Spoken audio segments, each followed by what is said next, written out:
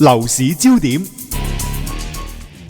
繼續翻嚟呢一 part 咧，就係樓市焦點呢一 part 翻嚟咧，同大家睇一睇呢個息口走勢啦，同埋投資環境嘅方向。請埋呢位嘉賓就係花旗銀行投資策略及環球財富策劃部嘅主管廖家豪阿卡啦。Hello， 你好，阿卡。你好。咁啊，仲有咧 Serena 我哋嘅嘉賓主持啦。咁啊嗱，先咧同你傾下啦，即係咧大家都話一如預期㗎啦，聯儲局就維持咗個利率不變啦。呢個禮拜議息，咁啊當中會後聲明帶出啲咩信息呢？其實我哋睇今次聯儲局議息就比較夾嘅嚇啦。咁啊好多譬如話投資者都會覺得哇唔係喎，今次嗰個因為今次個議息佢有一個特別就係公佈埋嗰個即係經濟預測摘要啦，係啦。咁喺個經濟預測摘要嗰度咧，咁啊聯儲局就調高咗佢哋嗰個核心嗰個通脹嗰個預測，咁啊即係個 PCE 啦，咁啊調高到去2.8%啊。咁呢個即係好似即係比較鷹派嘅一個舉動啦嚇。但係即係當佢調高呢個通脹預測嘅時候咧，但係同時間啦嚇，即係對個經濟嘅睇法咧又比較謹慎啲。即係例如點樣咧，就即係亦都調高咗個失業率啦，去到大概4.4%。咁啊，美國嘅經濟呢個 GDP 咧嚇，2025年亦都調低咗去到1.7。咁即係其實簡單嚟講就係喺個聯儲局佢哋自己睇到經濟裏邊啦嚇，似乎通脹高企，咁啊但係咧個經濟又麻麻地咁樣。咁啊但係點解我哋都會覺得夾咧？咁啊最主要兩個信號。第一咧就係其實喺個點陣圖嗰度嚇，即係點陣圖即係其實就係講統計究竟聯儲局裏邊嚇19位決策官員裏邊啦嚇究竟大家點樣睇今年減幾多次息啦？咁啊喺個點陣圖咧雖然個通脹預測就調高咗，但係個點陣圖咧都係維持個中位數啦嚇，都係維持今年減息2次嚇，即係其實冇變嘅。即係你睇高咗個通脹，但係咧個減息個步伐普遍啦嚇，個中位數都係一致。咁呢個係一個比較鴿派嘅一個信號啦。咁第二個鴿派信號，我哋覺得係更加明顯嘅就係咩咧？因為而家咧市場大家都好擔心關稅，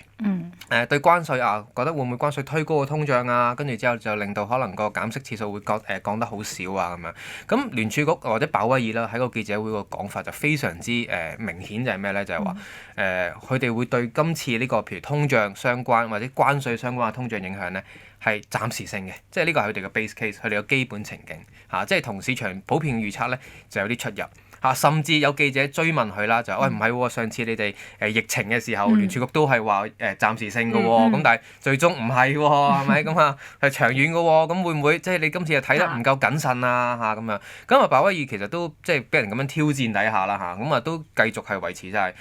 即係覺得佢哋即係聯局方啦嚇都覺得。唔需要因為一次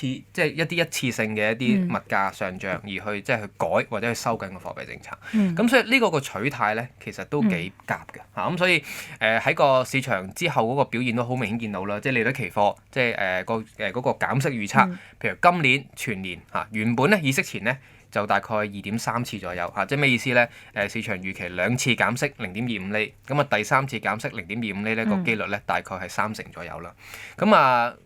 鮑威爾議完息公佈完嗰個會後聲明，再加埋記者會啦，咁啊最新去到講緊咧減3次啦已經，係啦，咁所以即係簡單嚟講，今次嗰個議息嗰個方向咧，我哋覺得個取態雖然乜都冇變嚇，咁啊點陣圖又冇變，又冇變利息之類，咁但係整體個言論啦嚇，或者個對經濟嘅睇法咧，我哋覺得係普遍係偏鴿嘅嚇，咁所以我哋都係維持今年起碼都會減3次息㗎啦嚇，咁啊如果舉個例個就業市場再惡化嘅話咧，美國嘅就業市場惡化嘅話咧，有機會減5次都唔出奇，咁所以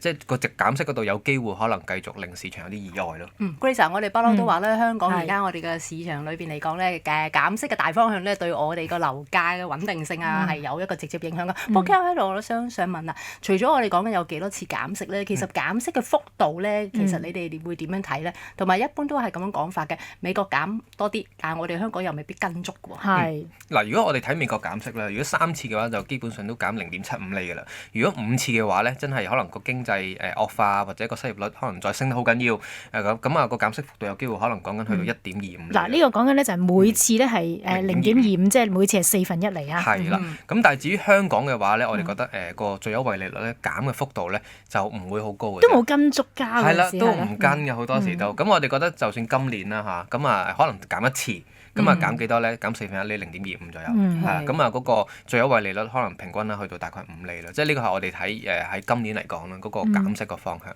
係香港嗰個息口嘅方向。咁因為始終譬如話銀行減唔減，除咗話睇個利率之外啦，都會睇個樓市啦或者即係風險承受能力啦咁所以即係如果可能暫時可能樓市都仲係比較睇得謹慎啲嘅，因為我哋嘅睇法都比較謹慎啲啦。咁啊可能對個息口嚟講嘅影響就變動比較微啲。咁即係話香港其實而家大家話呢個高息環境，可能即使係即今年估咧都係減一次，咁即係其實都會維持喺大約呢啲高位嘅喎。係啊，即係我哋覺得嗰個利率香港嘅話啦，嗰個最優惠利率就唔會話減得好緊要嘅，係啦。咁啊始終樓價都仲係有啲調整啦，即係我哋上年即係睇樓價都比較謹慎啲啦，咁啊最終跌咗7%，咁啊住宅樓價，咁我哋今年個住宅樓價都會睇可能大概跌3%左右啦，全年。咁其實年初至今都跌咗大概2%左右啦，係啦。咁即係如果以即係中原城市領先指數去睇嘅話，咁實際你話今年嗰個再多嘅跌幅就未必話好多，咁但係調翻轉頭咧又未必會即刻升得到。咁可能跌完之後，咁啊樓價可能橫行咯，係啦，咁啊因為始終要樓價升嘅一啲因素，暫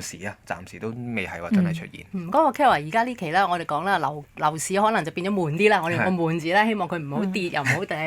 大升就幾難㗎啦。咁係倒翻轉頭喎，呢期我哋其實香港居民感覺係良好咗啲嘅喎，因為起碼氣氛好咗喎，我覺得係咯，係啦。咁係咪因為啲資金又流咗去另外一方面咧？嗱整體嚟講，環球如果你話即係資金方面啦咁啊其實好明顯有即係先講股市先啦。咁啊股市其實喺中港股市同埋呢個歐洲股市咧，其實面對個資金流入都幾明顯嘅。舉個例，可能譬如歐洲咁樣啦，歐洲股市其實都殘咗好耐㗎啦。咁啊，但係截至到上個禮拜啦已經有連續5個禮拜咧係單週啦都會有資金流入去歐洲嘅股票基金。咁啊，而喺中港市場就更加啦。咁即係北水咁樣，其實都已經累計儲咗超過3000億啦，即係淨買入。咁而我哋喺一啲期貨市場都見到咧，無論係 A50啦，或者係香港恒指啦咁啊喺個期貨市場度都係枕住咧，都係即係睇好嘅倉位係不斷係升緊，即係不斷加倉。咁所以其實喺個資金即係喺個股市嘅層面上面咧，就好明顯咁分由美國啦或者日本咧就分咗去咧例如可能譬如話歐洲或者香港市場。咁至於喺匯市嗰度咧，個資金流向咧集中咁之前就都幾一面倒地咧就睇好 yen 嘅係啦，咁亦都係幾一面倒地咧就幾睇淡美金嘅。咁我哋覺得其實呢最近最近嘅資金流向趨勢都開始有啲逆轉嘅啦。yen 呢輪就148、149對1美元左右。係啦，我哋之前睇其實我哋覺得譬如話 yen 因為我哋譬如花旗有過一個外匯嘅倉位嗰個指標啦，咁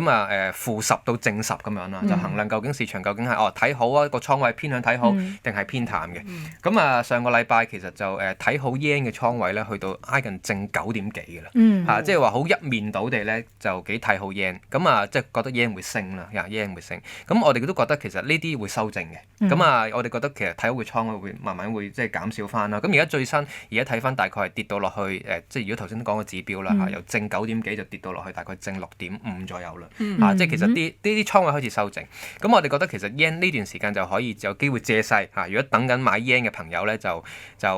能開心啲啦。咁我哋覺得 yen 有機會即係美金 yen 啦有機會因為即係啲睇好啲倉位調整咧就有機會即係去翻150嘅，咁其實尋日都到咗㗎啦，尋日大概喺1502左右。呢個星期尾都係差唔多接近150啦。係啦，咁所以但係我即係呢個位，如果譬如舉個例，投資者或者係聽眾，如果見到yen 去翻呢啲150呢啲水平咧，我哋覺得其實都係一啲幾好嘅一啲再次開始做翻啲儲備要嚟。係啦，呢個同日本央行呢個禮拜其實佢都有議息㗎啦，其實佢都冇喐到，有冇關係咧？嗱，其實我哋覺得因為市場都幾普遍預期日本央行唔喐㗎啦，咁所以其實今次個會議都唔會有啲咩太大嘅一啲啟示啦，都係合乎市場預期。咁我哋覺得，但係我哋覺得 yen 嚟講點解今年會睇得，即係今年我哋都會睇好 yen。咁最主要原因其實息口係一個啦。咁我哋覺得譬如話今次雖然就按兵不動，但係咧日本央行喺可能講緊6月啦，同埋12月咧都會繼續加息嘅。加每次都加0.25厘咁啊個息口有機會去到今年去到1厘。咁啊喺環球央行嚟講咧都係比較特別㗎啦其他都係講緊減息咁所以息口係另外一個因素啦。而另外一啲即係政治方面嘅因素就係即係特朗普普遍即係都對一啲貨幣比較弱嘅國家係比較不滿啦咁之前亦都高調地即係同外間講就係日本即係日元個匯率係比較弱嘅。咁我哋都覺得其實既然即係而家有面對好多關稅嘅議題啦咁日本央行其實都唔會特別即係做啲好鴿派嘅動作去挑起即係美國嘅一啲即係敏感嘅情緒。挑起特朗普嘅關注。係啦，咁啊即係好地地咁啊傾咪好咯，係咪？咁啊無論唔想特別去留意呢樣。咁所以其實變相喺嗰個言論上面，我哋喺啲鴿派言論上面咧，我哋覺得日本央行係比較謹慎。咁所以呢樣嘢就限制咗 yen， 即係未必話會跌得好多啦。咁啊所以就點解頭先提過150都可能係一啲即係反彈嘅阻力。咁但係調翻轉頭，譬如加人工日本最新即係春鬥嗰個加人工嘅幅度繼續創新高啦。咁內需繼續翻嚟，而最新亦都見到，即係我哋即係今年睇好 yen 其中一個原因就係我哋覺得外資對日本資產嘅興趣咧係越嚟越大。咁而最新有個調查都出咗啦，即係喺日本嗰個房地產價格個升幅咧，亦都創咗90年代以嚟最高。咁即係無論係住宅又好商業房地產都好咧，都有個幾明顯嘅即係個價格上升嘅情況。而外資喺一啲推動商業房地產嘅投資嗰度咧，個按年升幅咧去到70%。咁所以簡單嚟講就係咩咧？好明顯見到啦，日本而家呢刻通脹復甦、內需復甦、資產復甦，咁外資嘅興趣咧越嚟越大。咁無論係股票又好，或者係房地產都好，咁會推動咗 yen 嘅需求。咁所以除咗話個即係息差之外啦，即係日本加息、美國減息，咁而另外第二個因素就係外資對日本資產嘅需求。咁即係簡單嚟講，你咪買多咗 yen 啦，係咪？你買日本樓，你都買 yen 啦。但係經濟得唔得咧？經濟我哋覺得係冇問題嘅，即係日本經濟頭先提過，即係點解日本啲企業咁願意加人工咧？咁即係啲企業都計數㗎嘛，係咪？咁如果計唔掂數，唔會加俾你啦。咁其實呢1-2年加人工嗰個取態咧都好直接嘅啫。工會你要呢個數